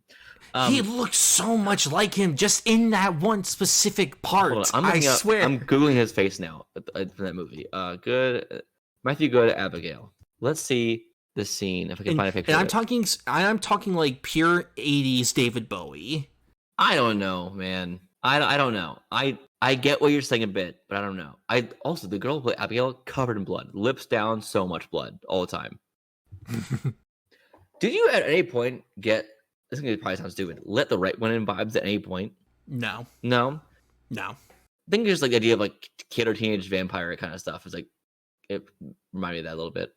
The difference with that though is that Let the Right One In, like, she was just, kind of begrudgingly like a vampire. Like she wanted to be a normal kid, but this was a thing of hers that she, just has to live with. Here, she's just like, I'm a vampire. All right, whatever. I'll still do what I do, and then I'll, eat people. That's fine. Did you think that the faking mind control thing that Melissa Barrera did was super expected? I mean, when it happened, I was not expecting, that to happen. But I did kind of like the explanation of just like you don't instantly get all the powers of a vampire. Unlike Man of Steel, it's like my body adapted for years. Okay, 10 minutes later, I'll come back and learn all of them. Don't get me started on that. That's my one problem with Man of Steel, really. But if we did a Man of Steel episode, we would just be fighting for an hour and a half. It would be more than an hour and a half. I think it'd be the length of the movie. Oh gosh, this movie is really fun. I know I've said before, but I think for me, again, there's some pacing problems overall. There's some weird problems with some deaths. There's some cool deaths overall, but not enough. It's Angus Cloud's character, and then Rickles dies back to back, pretty much, and then no more deaths for a while.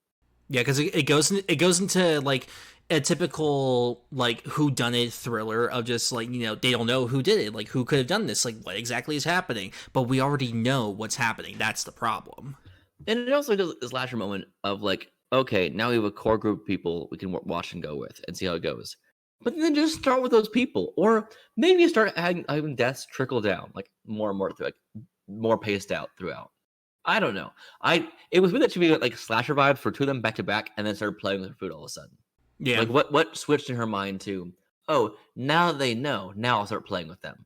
I mean, it could just be like, that's just how she felt like doing it. I don't know. It's that again, that's something that didn't necessarily bother me. I think it's just kind of like her just having fun, as kids do. I wish Rickles was a character in this movie. I really do. Because he was a good actor. I like the performance we got. And the same thing is Cloud. I'm fighting early deaths.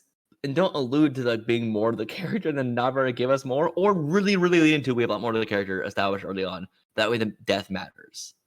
I knew he was gonna die fast because we knew nothing about him. And like same with Angus Cloud, they barely did a reading on her. Also, I think it's really funny. They all got mad at her for offering her, hey, we're offering you money to read me. Tell me one fact about me. Okay, here's 10. Well, fuck you. Oh, you asked for this. I didn't want this. It's just like you did. Like Dan Stevens specifically is like, how dare you say things about me and get it right? Okay, cool. It's like you're a fucking junkie. It's like this was so helpful. Is there anyone whose past you felt the most bad for, like whose mistakes for getting there, or whatever, or didn't deserve to die as much as other people did, or whatever? Because I hate the phrase "deserve to die." I'm thinking in the context of a horror movie. You know how people have to earn their life, or whatever it is.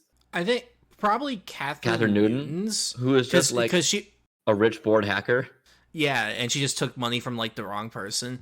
But then I also feel bad for like Melissa Barrera's because she got addicted to like pain meds, which led to like other drugs and stuff. And she still tried to be like an underground medic, and that went bad. And that's kind of like one of those things, just like like yeah, she fell into bad things, but that was more because of an addiction. That's not exactly something and that she didn't necessarily your fault. She was wounded and had to get help at a hospital. Yeah, I agree with that. I think Melissa Barrera's character also sucks because like she was. Well, that's also why she's the final girl, because she was actively trying to help people the entire time. Yeah. I did love when she shot Kevin Durant's character for walking to touching the cage. Or about to touch the cage. He's like, you touch that cage, I'm going to shoot you. He tests her. He's like, no, I'm pulling the trigger. She's like, no, I'm not letting the vampire loose. I also love that the cage didn't matter. That was fun. I really liked that. At one point, we did lock up Abigail's character in a cage, and it's amazing. It's actually a good scene of like, whoever lets me out first, you get to live or something. And that's a fun psychological game to play, especially because it doesn't even matter. She can just get out whenever she wants. And we don't know that. That's so fun because he really does play up the idea of I can't get out, let me out. And of course, it works on someone, sort of, for a second. Dan Stevens, of course, backs out of it. It's like, the library. I also like that she told him a fake thing. That was really funny. Do you think that if he let her out, he actually would have spared him? I don't know. I don't know. That's what makes it so interesting, because like she's constantly like playing mind games with them. Not even like in a mind controlling kind of way, just literal mind games with them. So I have no idea. Because I do believe she was at least a little bit sad for Melissa Barrera first at the beginning. I'm sorry for what's going to happen to you. For someone who's because you could see it was actually most of her was trying to be actually nurturing to her, and Yeah. that was rewarded in the movie at least a little bit. Yeah. Do you also think that if Melissa kept her promise and made sure none of them ever hurt her, that they would have survived more? I don't think Well, so. I think she wouldn't have been attacked. That's fair. But also, like, I love when she turns into full vampire mode the first time, and Melissa's immediate reaction is just shoot, kill, kill. Well, what else do you do at that point? It's just really funny to me. I'll protect you. Nothing will hurt you. Oh my god. Kill. Well, it's like you become a fucking Wolverine. What do you expect? There were two directors in the movie, Tyler Gillette and then Matt Bertinelli Olpe. And you said, I'm not sure how to pronounce his last name. You've seen all the rest of the movies, or most of the rest of the movies so far? Have you seen VHS? No. I want to. That's like a compilation horror movie of like a bunch of different directors doing short stories. Right, but that always was interesting to me, the idea of that movie. Yeah. But yeah, I've seen Ready or Not, Scream 5, and Scream 6. I think this is my second favorite movie from them. Scream 7, though. Yes, as we've said many times, screw that movie. But I would go Scream 5, then this, then Ready or Not, then Scream 7. I mean, Scream 6. I'm tired. The pause. I'm tired.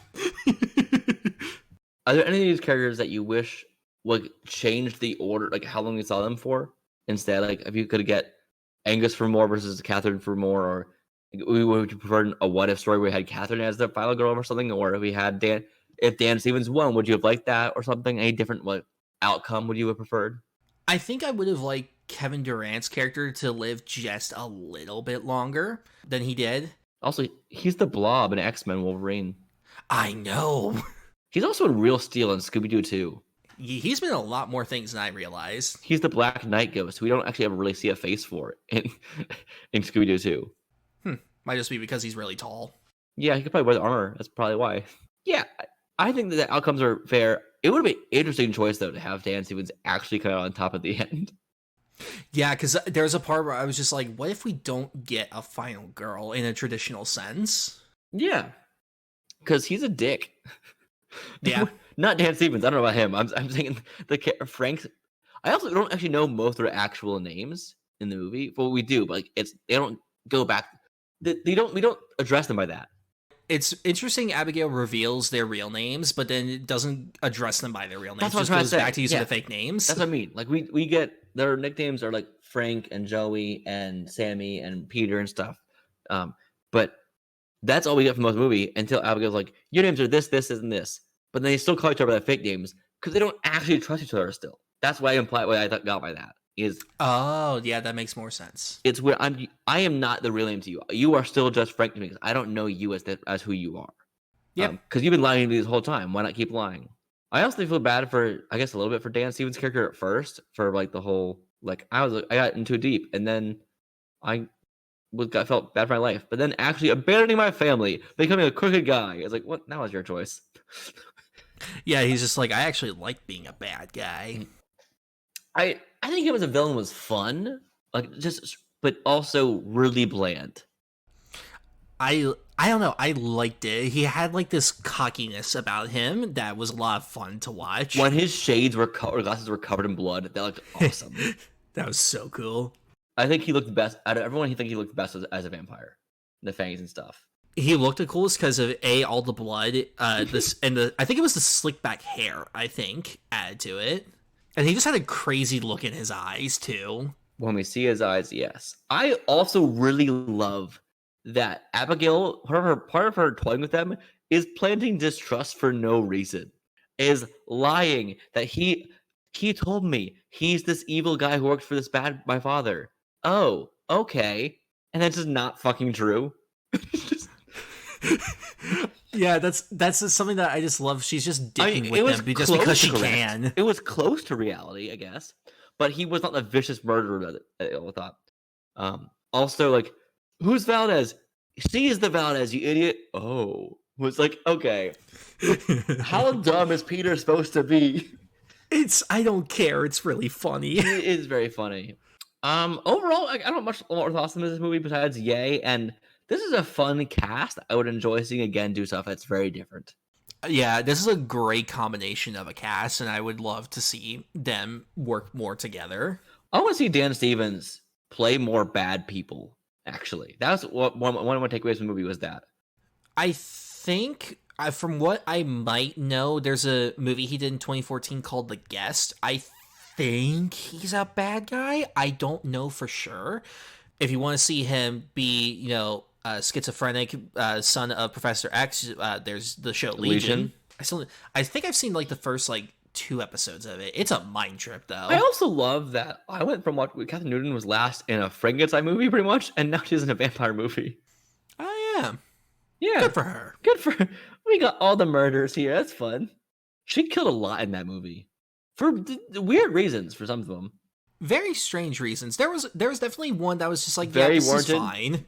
Yeah. Well, more fine. Again, it's the earning. I don't know who deserves to die, but yes.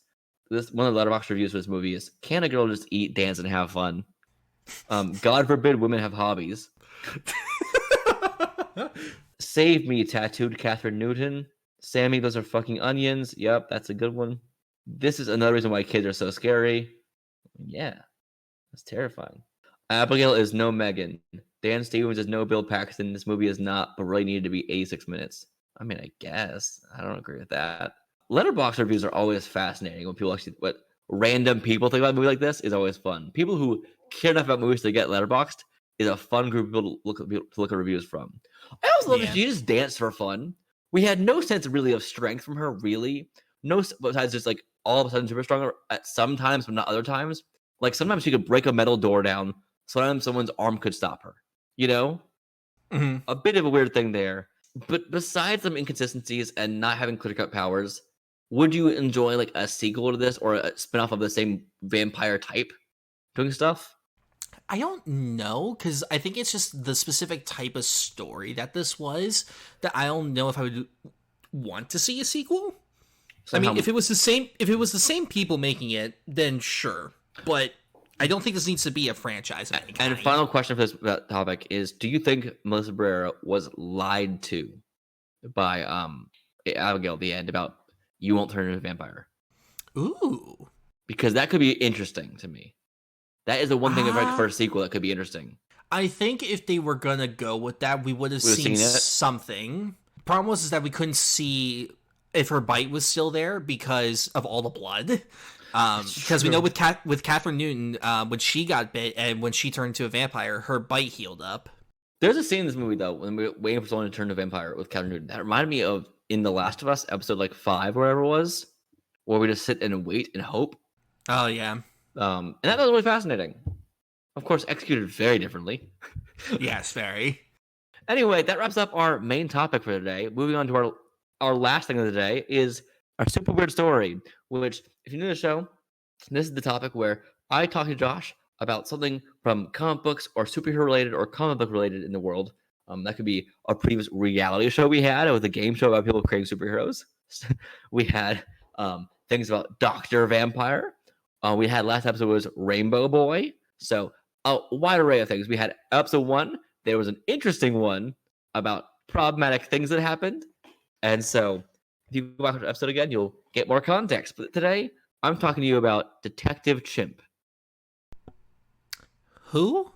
Bobo T. Chimpanzee is his name. That's even more of a crazy name than I was expecting. Go on. He is a superhero appearing in American comic books published by DC Comics. Are you shocked yet at all? No. He wears a deerstalker cap like Sherlock Holmes style. He's a sleuth with superhuman level intelligence.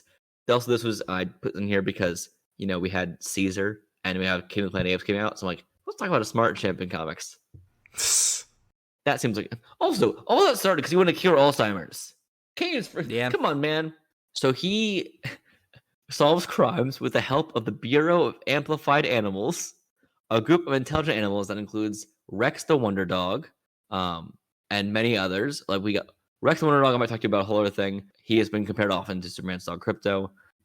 Point. Today is a chimp day. Today is a chimp day. After his initial appearance in The Adventures of Rex the Wonder Dog, he continued to appear in that title as a backup feature until 1959. So he appeared in August of 52 for the first time, which is kind of early for a character to still be around and actively used. Yeah. Which he is. Interesting. I agree. He continued on after that point, and he faded into obscurity for several decades. And no, I'm not necessarily saying 7 decades, although some people might think several means 7. I'm looking at you, David Jelinski. If you don't know what that means, watch Survivor. Season 46, baby. Finale is next week. God damn, it's a very niche reference right now. Yeah, he for several decades after his first appearance, he came back, appearing in several cameos, namely in a 1981 story titled "Whatever Happened to Rex the Wonder Dog," and where we had the chimp pop back up in a brief cameo with the character Sam Simeon in Gorilla City, which is a character from like the Flash's whole thing, the Gorilla World or whatever. Are you aware of that at all? I know of Gorilla Grodd. Yeah, he's from there's also a Gorilla City of smart gorillas. That's not important right now, but it's kind of cool. And that was in the Crisis on Infinite Earths event. And then following these appearances, Bobo started appearing in DC titles with some regularity, appearing in issues of Green Lantern, Flash, other titles. Okay, let's move forward a little bit to his biography, okay? So he has been in a decent amount of things, like past 2018 on, he's still been in some things. So we got from 52 to now, he's still an active character here and there. Got it? Interesting. Let's talk, shall we? When we first introduced Ordinary Chimp, intelligent, trained chimpanzee, he acted as a helping mascot for the local sheriff. You know how your cops have pet chimpanzees to help with cases as a mascot? As one does. After helping him to solve the murder of his chimpanzee trainer, Fred Thorpe. That's why. That is true a little bit. They do sometimes look at pets at reactions to help figure some things out, which is a real thing. Kind of dumb, but it does happen sometimes. He couldn't speak, but he could understand humans and make himself understood because he was already trained. Bobo, hold on. I have to read this correctly so I don't go crazy. Hold on. Let's make sure I read this right. No, go crazy, please. I don't know how he jumped to this sentence. I want to know what got in this sentence. So he could not speak, but he could understand humans and make himself understood. Bobo, a smoker, is a member of Mensa. Do you know what Mensa is? No. A society. I love the phrasing of Boba the smoker. Bobo, a smoker, is a member of Mensa. Mensa is means your IQ is above a certain level. It's like an exclusive club. Like, hey, I'm a genius. It's a real thing in real life. And Bobo had a long-standing partnership with 4 other detectives as the Croatian Society. One of the other members of that society is the detective and superhero Ralph Dibny, who was on the Flash TV show Elongated Man. But the chimp's origin has been revamped and elaborated on several times since his initial Silver Age appearances. In 1989, Secret Origins Volume 2, number 40, the experimentation of a microscopic alien race. Oh, that issue said he was so smart because he was experimented on with an alien race. So that's a different version. That has since been retconned, notably within Day of Vengeance, a 6-part limited series. In the latter, it was shown that Bobo was captured in Gorilla City by Fred Thorpe, who sought to train him for his carnival act, Bobo the Detective Chimp. For the act, Detective Chimp was trained to answer some detective-level questions using a combination of signals and rewards, giving the illusion that he could discover the deepest secrets of the public. I don't know, man. Bobo formed a strong bond with Thorpe because Thorpe took care of him and gave him a simpler life than in the jungle. The success of the act lasted until a trip to Florida. Why is it always Florida? Why not? At which time Rex, the Wonder Dog, took him to the Fountain of Youth. It's in Florida? DC's version of America is weird. Where he gained the ability to speak to all living creatures, even humans, in their own language, as well as eternal youth. I love the asterisk with the Fountain of Youth. It's just gain immortality. Also, you can speak to everything if you want. Rex's and Bobo's journey to the Fountain of Youth was originally depicted in the aforementioned DC Comics Presents number 35 in 1981. The intelligence Bobo gained put a damper on the success of the Sideshow Act. And in at least one instance, he decided that a woman had in fact murdered her sister and shared his insights to the local police. So this chimp was like, you know what? I discovered a murder. Let's report it. Imagine as you're a cop and a chimp walks into your station. Because in this version, he's not a detective at this point. And you just have a chimp walk in, just out of the blue, and it's like, you know what? This woman murdered someone. This like that would have. You're just at your desk like writing down a report, and a monkey walks up to you, and he's just like, "Hey, I'd like to report a crime, please." First off, you had the reaction to Caesar saying no, followed by also they're a murderer. I'd probably like look at the coffee I'm drinking and be like, "Did someone slip the cocaine in here again?" Again, at some point after this, Bobo was employed by the Bureau of Amplified Animals. Once again, it is not known how he left, or if the Bureau even still exists in current comics. After the death of Fred Thorpe, he began to work by himself. Initially, he did quite well as a chimp detective, who was seen as a novelty, so people liked him. During the successful period, he was visited by another detective, John Jones, or Martian Manhunter, during the JL Ape crisis. So, Justice League of America, Ape combined to JL Ape, who thought Bobo's agency seemed to be doing better than his own. Wait, what? John Jones thought the Ape was doing better than him as a detective? That's hilarious. It's like, this Ape's too good. DC's a trip, man. DC just wants you to think it's just Batman, and then there's also this shit. The next sentence starts with however, so get ready. However, as an ape without civil rights.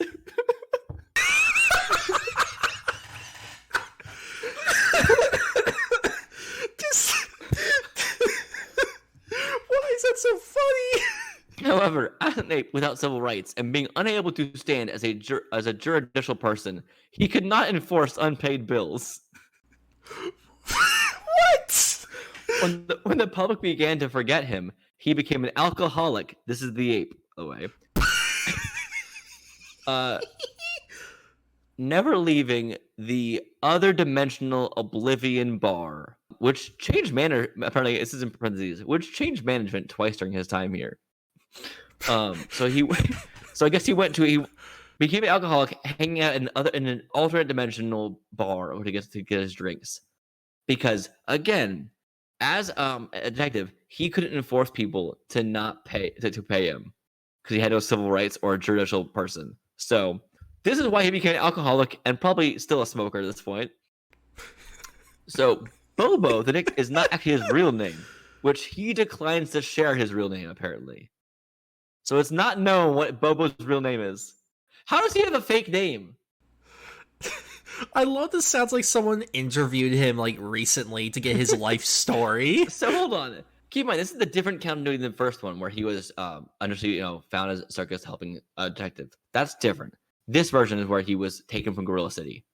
Keep that in mind. And that seems to be how it is currently. Unless thing changes in the next few sentences, that's how it is currently. So Bobo's not his real name. He declines to share. This was in Day of Vengeance number 4. But the character of Phantom Stranger revealed it to be, and I quote, mostly an unpronounceable screech and 3 grunts. which hold on, it gets funnier. Which translates as magnificent finder and tasty grubs. So imagine your name being like, I know where the good eats are, bud. Your name, your Josh Rudolph is no longer Josh Rudolph. Your name is, I love to eat over there. Why wasn't he in the League of Super Pets movie? Because he's not a pet. That doesn't matter. He's a talking chimp that solves crimes. He's also an alcoholic. Is that fit for a kid's movie? You don't have to throw that part in there yet. Yet? Okay.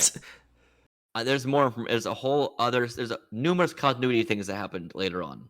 So, when the character of Spectre, at some point, attempts to destroy all magic and began killing wizards, this happened, don't worry about it. This is an event called Shadow Pact. Detective Chimp, while still mostly drunk,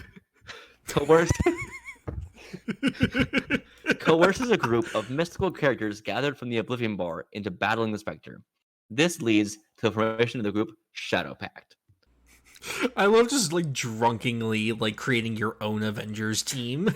Although lacking powers, Detective Chump exhibits not only fine detective is a hard thing to say fast, detective skills, but also the genius of a true tactician, benefiting from the counsel of the Phantom Stranger, at the time he was a mouse. Don't worry about it. Do you know anything about the character Phantom Stranger? No. We'll do a whole episode later on him.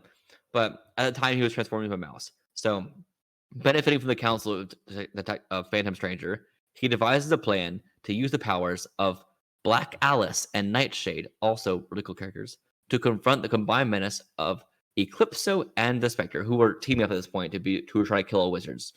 So, Spectre is an interesting character. He had a buddy named Eclipso. They're trying to kill the wizards, okay? Chimp Boy is like, I'm drunk. Let's stop him. And so he gathers a group, calls it the Shadow Pact, got some buddies and some so make a plan and to use powers of the characters Black Alice and Nightshade. Bobo also helps clean up the demonic damage left from the Rock of Eternity, which you know about from Shazam. That was the damage left in Rock of Eternity's explosion over Gotham City. So at one point it exploded over Gotham. He captures, you know, the Shazam movie how there's 7 deadly sins and they're actual figures. The character Sloth gets captured by Bobo, which Sloth was at that time had possessed his friend Rex the Wonder Dog, clearly not earlier a little bit. After the Rock is reformed, the Sid's re-imprisoned, and all magical influence cleaned out of Gotham. The dying character of Dr. Fate gives Detective Chimp the helmet of fate of Naboo. You mean the Dr. Fate from the hit movie Black Adam? Dr. Fate? Well, yes, but also one of the most powerful beings in all of DC Comics is like, have my helmet, Chimp. Take my helmet, you drunk ape. After finding out it does not fit him, Detective Chimp convinces Captain Marvel, Shazam, to throw it to Earth, to let fate choose its next bearer. So he flies up and is like, take it. Which honestly is an interesting way to do that, and a bad way to do it, I would say. That's you know what? I can only see because you want to know what happens next. It doesn't go well. Wow, that's surprising. When the helmet of Dr. Fate returns to Earth, Detective Chimp forms a brief time. Detective Chimp for a brief time bonds with it, granting him additional powers that he uses to assist Gotham City policing apprehending the trickster. After struggling against the helmet's temptation, Bobo sends it on another journey. Later, it was shown that Bobo occasionally assists but it doesn't go anywhere. We don't learn who gets the helmet. Oh, that's neat. I thought it was going to the trickster. No, never mind.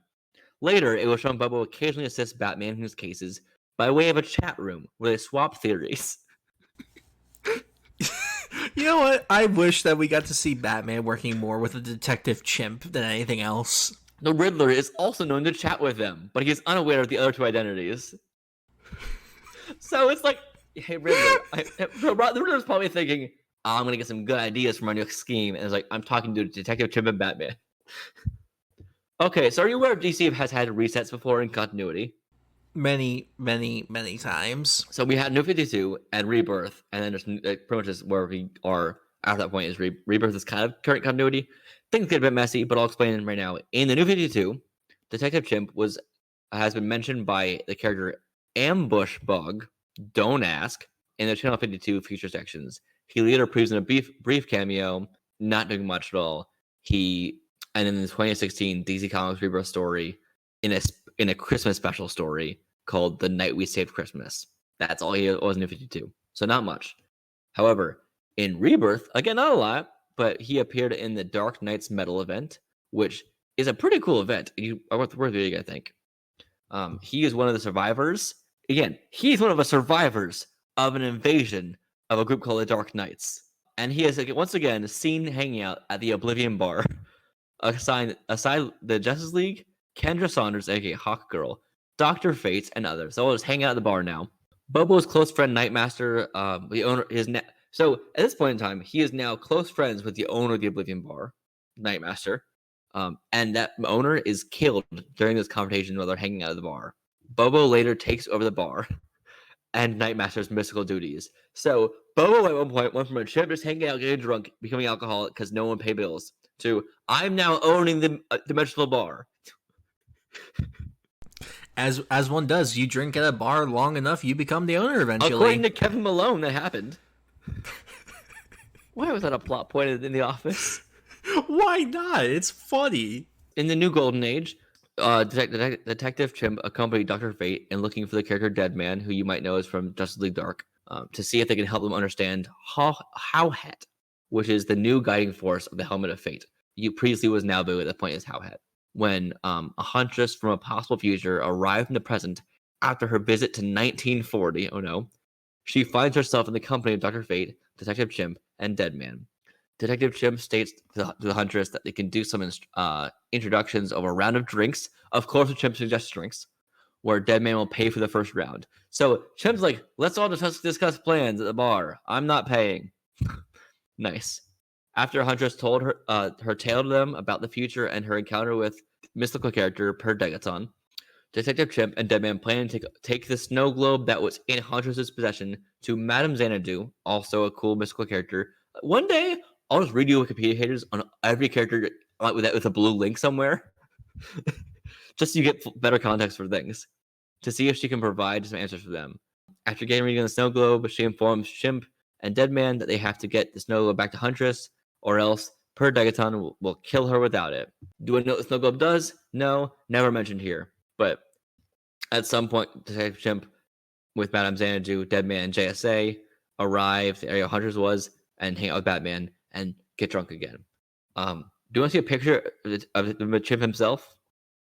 Please, you've talked about him for so long, and I have no idea what this wonderful ape of a man looks like. So here's the first picture on Wikipedia. I'll send you right now. Beautiful. So, Josh, what do you think of this character's history? From at one point being a trained chimp, just out of Sargus, who then at some point got intelligence, we didn't really ever learn how, to the next time we hear him, who was from Gorilla City, and then was taken out of there by a guy named Fred Thorpe, and then was trained to do circus acts, and then a cop helped him, and now he is just, I'm drunk, I'm chatting with Batman in a chat room.